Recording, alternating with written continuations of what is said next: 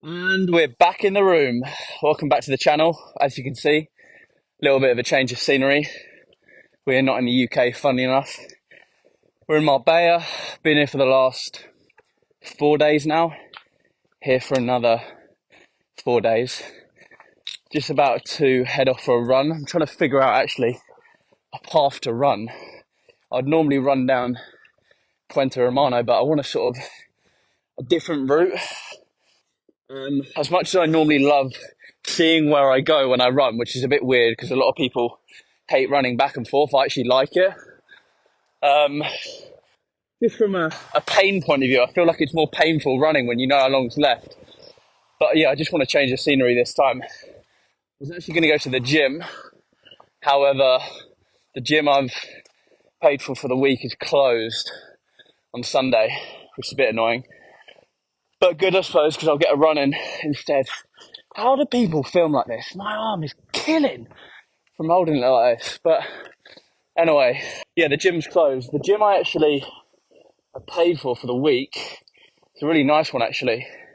It's on the sort of, what do you call it, near the beach by Puente Romano. It's like on the beach, the gym, which is really good. Like, from an environment point of view, going to a good gym is so important. Like, that's one thing, never be stingy over paying extra for a gym. Like, anything to do with your health, just don't ever be stingy about it, because like, if God forbid something happened to you or even me tomorrow, like, your health's the main thing, whether you're in business, sport, whatever it's in. So always prioritize it. So if you've got to pay extra, always do. Not only just from a health standpoint, also from a motivation standpoint. Like, obviously going to the gym, it's not about motivation, it's about discipline. You don't need to tell you that, everyone should know that by now, but it just makes it that little bit easier when you're going to somewhere that's, well, it's two things really. Like, it's easier to go because you're more motivated, because it's a better looking gym. And also as well, like, you've got to go. If you're paying that much and you don't use it, it almost forces you to use it. Like, I've paid, I don't know how much for the week. I think like €100, something like that, which for a week you could say it's a bit excessive, but like, I'm going to go every single day, no matter how bad I feel, like, even if I've had a drink the night before or whatever. But anyway, I'm going on a little bit. More importantly, I just wanted to film a quick, I don't know if it's going to be a vlog or just a quick sort of snippet video, but I wanted to talk about like transitioning from remote high ticket closing into, well, from your corporate sales job into remote high ticket closing, and how to go about doing it. And the reason why I wanted to make the quick video was I was just here, I'm obviously here for 8 days, and it made me think, like, because I've been coming to Marbella for years. And I remember coming here when I was working my old corporate sales job. And as I said, like, on paper, it was a good paying corporate sales job, the incentives, the bonuses, the big salary, all that shit. But I remember how down I used to be about going home. Like, I was so like, oh, I've gone from a high to a low. Whereas because I was in, just for context, anyone who's new to the channel, I was in corporate sales for 2.5 years, essentially reached the pinnacle for what I could for my age within corporate sales, then transitioned into remote high ticket closing for 2.5 years, and for about 30 to 32 months straight was the top performing close on every single sales team that I was on. I would cash collect anywhere between 150,000 to $250,000 every single month consistently, and maintain that throughout my duration. This is coming from someone who's been there and done it from both sides of the spectrum, and at quite a high level, both sides. I just wanted to make that clear before I say anything, because you get a lot of shit online about people talking who've never done it themselves. So yeah, when I transitioned to that first year of me remote high ticket closing, I went to places like Marbella, Saint-Tropez, Ibiza, and it was just so nice. When I left, I didn't feel that sort of massive low of like, oh, I've got to come back to reality. It was like brilliant. Like, I was even taking sales calls away on these holidays, and that was the great thing. I'd take like a few sales calls a day, close one or two of them, make what, 500, £1,000 commission, and just get on with your day. And that was the main reason why I got into sales, to travel the world, make a shit ton of money, and just speak to people and and just be competitive, but be able to live the life that I wanted at the same time, if that makes sense. Not be stuck in a fucking office, micromanaged, and have cap commissions and wait until I'm 35 to earn, 10, 15, 20 grand a month consistently, right? But guys, making the transition is so simple. Don't overcomplicate it. The first thing you need to do is fucking take action to begin with. Stop procrastinating. If you're watching this video, you know about the opportunity. The longer you leave it, the more money you're wasting, effectively. Take action. Now, in terms of making that transition, it's quite simple. The great thing about these online businesses that you can become a sales rep for and close for in high ticket closing is most of them are based in the US. So if you finish your 9 to 5 sales job at 5, 6, 7 p.m., you can take calls after work at 7, 8, 9, 10, 11, 12 p.m. or 12 a.m. at night. That's the great thing. So you can fit in 3, 4, possibly 5 calls per night on the side of your 9 to 5 sales job. And that's exactly what I would do. I would firstly get really good at high ticket sales, understand how to sell within the industry, because look, as much as they're similar, corporate sales and high ticket sales, they're also very different. Like, it's a different sales process, guys. Like, I used to have the big ego and think, oh, do you know what? Just let me land an offer. I'm already good at sales. I'm the best in the industry. And I thought like that. But guys, it's a very different sales process. You've got to imagine you're selling big B2B corporate contracts with clients, and whether you're selling cars, insurance, BD, or different sales process to having a 45-minute conversation with a normal person and closing them at the end of that call for 3, 5, 10, 15 grand. It's a very different sales process, a lot more emotional than logical, which it is in the corporate world. So you need to understand how to get good at the skill to begin with, high ticket sales. And then the second thing, you also need to land an offer in terms of finding a remote sales job, which is pretty self-explanatory. From that side of things, obviously you can go down the route of doing it yourself. If you're going to do that, I would recommend going down the Instagram route, sending out Loom videos. There's tons of content on my TikTok and YouTube about how to send those. Send about 100 to 200 messages a day. You'll get replies and you'll probably land an offer. But if you want the easier route, what I would suggest, join a coaching program, a reputable one with someone who's been there and done it. And what most likely will happen, well, I can only speak for Capital Closer, which is my online sales education company, where I help sales guys transition into remote high ticket closing, land a remote sales job and make 5, 10, 15 grand a month, is connect you with their network.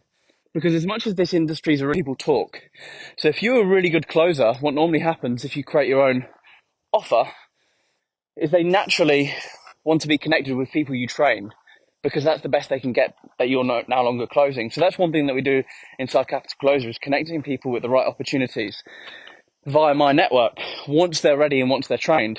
And then once you've done that second step, you've landed an offer, the third step is take fucking calls. Take calls and be relentless. You haven't got to do it forever, right? You've only got to do it for probably 2, 3, 4 months on the side of your 9 to 5. Is it going to be easy? No, it's going to be quite long, but like, you've got to think, what's the alternative? Carrying on working your 9 to 5 job? And there's no risk here, guys. No one's asking you quit your 9 to 5 sales job or do it. Do them both in tandem, okay? Go all in for 3 months. I promise you it'll be the best decision you make. Because at the moment in your sales job, you're capped. And I get it because I've been there. I'm not someone online that's just saying this for fun. Like, the reason why you can feel so much passion when I talk right now and so much conviction is because I've been there and done it. I've been in your shoes. I actually have. Not many people can say that. I've been tired of cap commissions. I've been tired of having a big tax rate, going into the office 3 to 5 times per week, getting 22 days of holiday. I'm in my company, but struggling to realize why are all these people online making so much more than me, even though I was more skilled than them. And the reason why was because I wasn't in an opportunity vehicle that could allow me to make the money that I wanted. And it's that common saying, work smart, not hard. Don't be an idiot. Because I can tell you right now, guys, there's got people in corporate sales who are so much more skilled and hardworking than some of these guys in remote closing making 10, 15, 20 grand a month. But they're only start making 4, 5, 6 grand a month. Why? They're in the wrong vehicle. Okay? So that's really your roadmap. It's simple. Get good at the skill, find an opportunity, and thirdly, take those sales calls. It's very simple. You're speaking to warm inbound prospects that are interested in buying the coaching program or mentorship you're selling. All of these programs are above £3,000. You'll make 10% commission per deal you close. if I do the rough maths on the top of my head, let's say you take 3 calls a day, 5 days a week, that's 15 calls per week. That's 60 calls you're taking per month. 60 calls per month. Let's say you close at a 25% close rate, which is pretty shit to be fair. Just for context, I used to close at 45%. A lot of the sales guys that I used to work with were around 40, 45, 35%. Let's say you close 25% of those 60 calls. That means you've closed 15 deals. 15 deals, let's say you're selling a 5K program. 5K program, so you'll make £500 times 15 is £7,500. I'm just going to repeat that again. You're taking 3 calls in the evening after your sales job. 3 calls, 5 days a week. That's 15 per week. That's 60 in a month. You close 25% of those 60. That equals 15 deals. You're selling a 5K program. You make £500 commission per deal you close. £500 times 15 deals you've closed in that 1 month equals £7,500. For all of you, that is probably more than your current 9 to 5 sales job. But you're taking 3 calls. Imagine what would happen if you take 5 calls a day, 6 calls a day, 7 calls a day. And bearing in mind you're doing this from wherever you like. You're 100% remote. You're setting your own calendar. And that's when working abroad, closing deals from villas, hotels, earning money online can become your reality. But it all starts with the first step. Just take action. I don't want to make this too long. I might film after my run, but guys, I just wanted to give some quick value of how to fucking attack it, because I know what it's like being on holiday, working a 9 to 5 sales job, having a great time in Ibiza, Marbella, Mykonos, Dubai, wherever you go, you have a fucking blast, and then you come back to reality and you hate your 9 to 5 sales job. Well, guys, that is your way out. The reality is just, your life is, there is no going back to reality. It's just every day is a great day. Making sales calls, closing deals, making money online. You can fucking go to all the hotels you want and villas. If you want to extend for a week, you can do it. And that's what I want for a lot of guys in sales. And I'm really speaking to my older sales here, because you guys in sales, I know your problems because I've fucking been there. I really have. I'm not talking to people that I haven't done myself. I've fucking done it. I've done it to a very high standard, both corporate sales and remote high ticket closing, and I've got receipts of all of it. And I want to help as many sales guys as possible do the exact same, because I know there's potential. But anyway, guys, I'm going to go for this run, and I'll catch you after. Woo! Right, I just finished up the run. As you can probably see, I don't know if you can see how steep that hill is. I don't have time to zoom in on it. I'll probably get hit by a car, but that hill is probably like having the treadmill on like a 6 or a 7 incline for about 200 meters, I'd say. So yeah, finished up probably around 5k run, I'd say. Didn't time myself because to be honest with you, I didn't really want to be timed, because if I was, I'd probably just keep checking. Yeah, if I time myself, I'd probably keep checking, and it was all probably predominantly uphill. So I'd just be playing on my mind the whole week if it was a slow run, but it was uphill, so I didn't time it. But yeah, it was a good run. But yeah, one thing I just wanted to talk about was, I said it on one of my Instagram stories the other day. One thing I always do when I'm having a run, especially the last kilometre, is I always just think back to a time, and this might be a bit different for everyone. There was a time, I had a really good friend in school, still a very good friend to this day. We used to do cross country in school, and I remember there was this one race. I think he was 4th and I was 5th, and it was the last 500 meters sprint. And I remember it so clearly. He was like 50 meters ahead of me, the last final lap. And I remember the whole lap just sprinting. My legs were like jelly. I was almost throwing up, and just nipping him and beating him at the last 10 meters, and just dipping and getting 4th or 3rd. I think it was 3rd actually, or whatever it was. I think this was like district or national. Don't judge. Cross country wasn't the strong point, guys. I was a sprinter, for context. So I used to do athletics in quite a high level, 100 meters, not so much 200, but I did long jump as well. I used to do, don't get hit by a car, I used to do 100 meters for my county. PB 11.3. So yeah, I used to do 100 meters at quite a high level. Never really cross country. I was still very, very good. Like all the guys in my school and all of us were really, really athletic. Like that's one really weird thing. I know this is off topic about the school I came from. All of us were really good at sport, and I mean like really, really good. Like any sport, tennis, cricket, cross country, any form of athletics, football, rugby, lacrosse, hockey, volleyball. We were all good at everything. Like all of us could at least play district level for every sport, which is pretty nuts. But a bit of a tangent. But yeah, it's just I always think of that time when I'm running. I always think of that last kilometre, that person just behind me. And that always just pushes me for that last kilometre because it's so easy to get complacent when people aren't watching. Like if no one's watching you or there's no camera on you, like it's easy to just jog the last kilometre, right? Same in business. It's easy not to send the outreach. It's easy to take a day off or go into the gym, but it's all about like what standard do you hold yourself at, you know? And I feel like that's when you really excel is when no one's looking, you still hold yourself at a standard where like 1,000 people are watching you in a stadium, if that makes sense. And I always sort of visualize that and think about that in scenarios when I'm on my own.